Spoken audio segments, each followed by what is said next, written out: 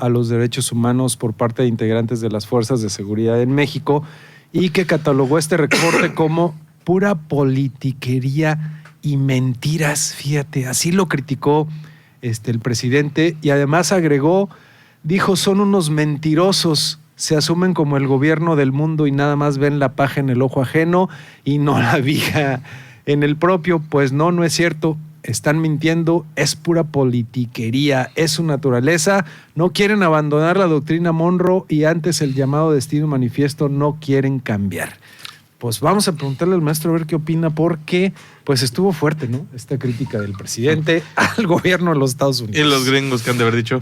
Sí, pues, sobre todo me llama digo, entiendo que a nivel local diga que los chayoteros y los conservadores y etcétera, pero que les diga a los gringos que es pura politiquería y mentiras. O sea, es la narrativa que le ha dado éxito.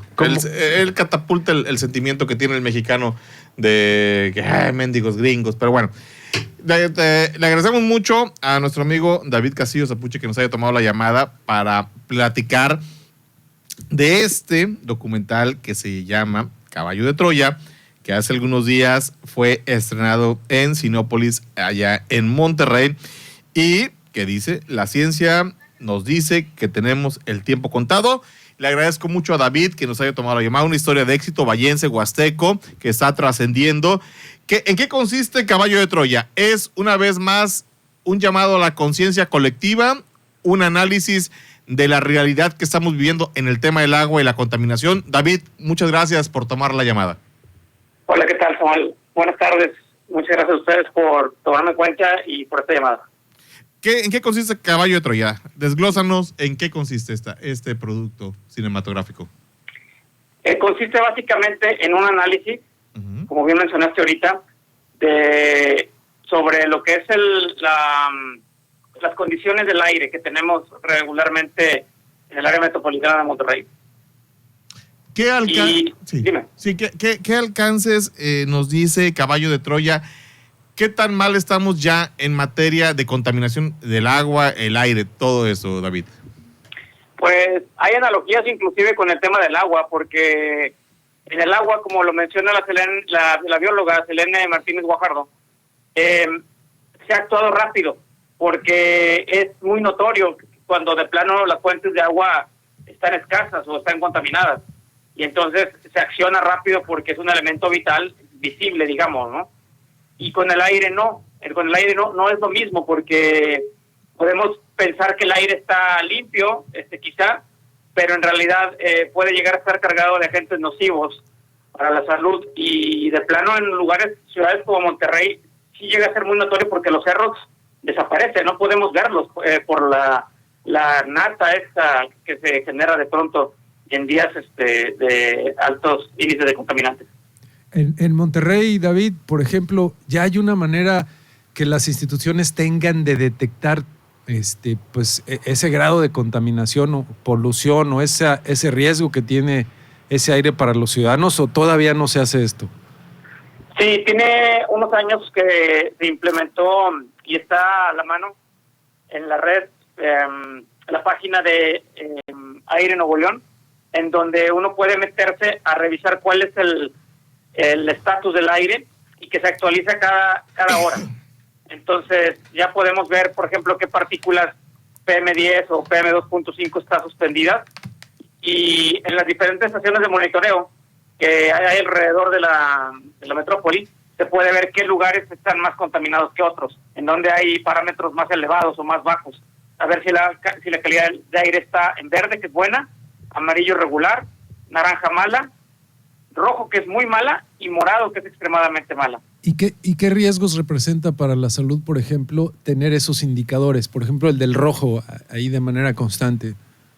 Pues, de entrada, las personas que tienen algún padecimiento cardiovascular o pulmonar, personas que tienen ya algún antecedente de asma o que han tenido inclusive algún infarto, aumentan los reingresos hospitalarios por estas condiciones, y en el caso, por ejemplo, de los menores de edad, pues empieza a acumular una serie de padecimientos que está apenas por irse viendo cómo se van a ir presentando conforme vayan creciendo, porque los adultos de cierta edad, digamos de 40 para arriba, no vivieron de niños, no respiraron de niños esta contaminación, este aire contaminado. Y los niños de ahorita, las nuevas generaciones, la están acumulando desde temprana edad. Ese es el problema, digamos, de los más fuertes, ¿no? Lo que pudiera presentarse a futuro, si no se atienden estas condiciones de manera pronta. ¿Cuáles son las principales fuentes de esos contaminantes? Uno de los principales sería, por ejemplo, el parque vehicular. Sí. Ha crecido demasiado. En promedio, por cada 2 ciudadanos en la área metropolitana hay un carro, por ejemplo. Entonces, súmale toda la cantidad de personas que van, por ejemplo, a trabajo y que es una persona por carro, por ejemplo. De entrada, las vialidades no están preparadas para el crecimiento que se ha tenido en la ciudad de Monterrey y su área conurbada. Entonces, significa que a mayor número de personas con vehículos particulares, pues más lento es el tráfico y las emisiones aumentan, por ende. Entonces, van tráfico lento, van frenando, van generando mayor número de horas de presencia de estos vehículos en las vías de la ciudad, vaya, y entonces eso hace que se creen picos de contaminación. Eso es el parque vehicular. Por otro lado, por ejemplo, están las pedreras, varias de las cuales ya han sido clausuradas porque estaban inclusive dentro de la ciudad.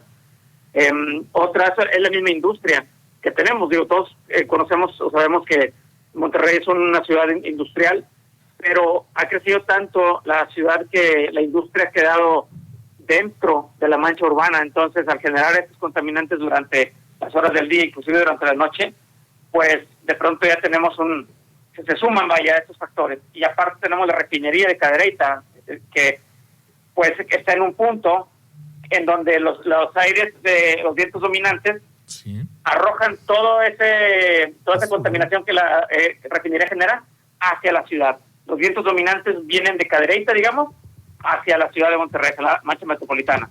Y si a eso le sumas la orografía, todas las montañas que tenemos alrededor, muy bonitas, pero que finalmente nos juegan en contra, porque no se disipan las contaminantes como quisiéramos. No tenemos un área despejada, digamos, en donde el aire se vaya y se lleve los contaminantes. Se quedan estancados y se crea una especie de efecto invernadero, sobre todo en invierno. Oye, David, en esta dinámica estamos viendo la falta de operación del gobierno, tanto federal, estatal como municipal. Se han acabado las reservas territoriales para tener bosques. Los bosques de alguna manera generan un filtro natural para la mejor calidad del aire y para el agua. Pero, pues, Monterrey ya está viviendo lo apocalíptico del progreso, mi querido David. Pues, de hecho, en algún momento el gobernador lo mencionó, que Monterrey ha sido víctima de su propio progreso y prosperidad. Y es cierto, porque realmente la industria ha crecido tanto, las inversiones extranjeras se han dado, y Monterrey es un lugar pues muy próspero en el tema de negocios y de producción. Sin embargo, también ha sido un tema el procurar su sustentabilidad. Y eso ya se notó, por ejemplo, en el tema del agua, se está notando en el tema del aire. Entonces, ha habido acciones, están implementando acciones cada vez más severas. El nuevo secretario de Medio Ambiente, Félix Arratia, ha estado clausurando varias empresas que no cuentan o no están en regla con sus permisos de operación. Entonces, y hay ahorita un programa de arborización muy ambicioso. Sin embargo, creemos que todavía hace falta que nos sumemos más a estos movimientos, porque el gobierno no podemos depender 100% de él. Finalmente somos parte de este problema y tenemos que accionar como tal. Por ejemplo, tener los carros particulares bien verificados para que no emitan contaminantes. Tenemos que usar más transporte público, por ejemplo. Sí. Tenemos que limitarnos. Aquí es muy famosa la carne asada, por ejemplo. Y cada fin de semana es muy común que los asadores de Monterrey se prendan y quemen combustibles fósiles, el carbón, vaya. El carbón. Entonces, si hay un pico, o hay picos de contaminación en esos días, lo ideal para ayudar sería no hacer una carne asada, por ejemplo, para no agregarle todavía más, abonar más el problema, eso es a lo que me refiero. Entonces, pues sí, ha sido una multiplicidad de factores que es difícil de abordar todos, y creo que las acciones tienen que darse desde varios actores, vaya, que estamos participando en este problema.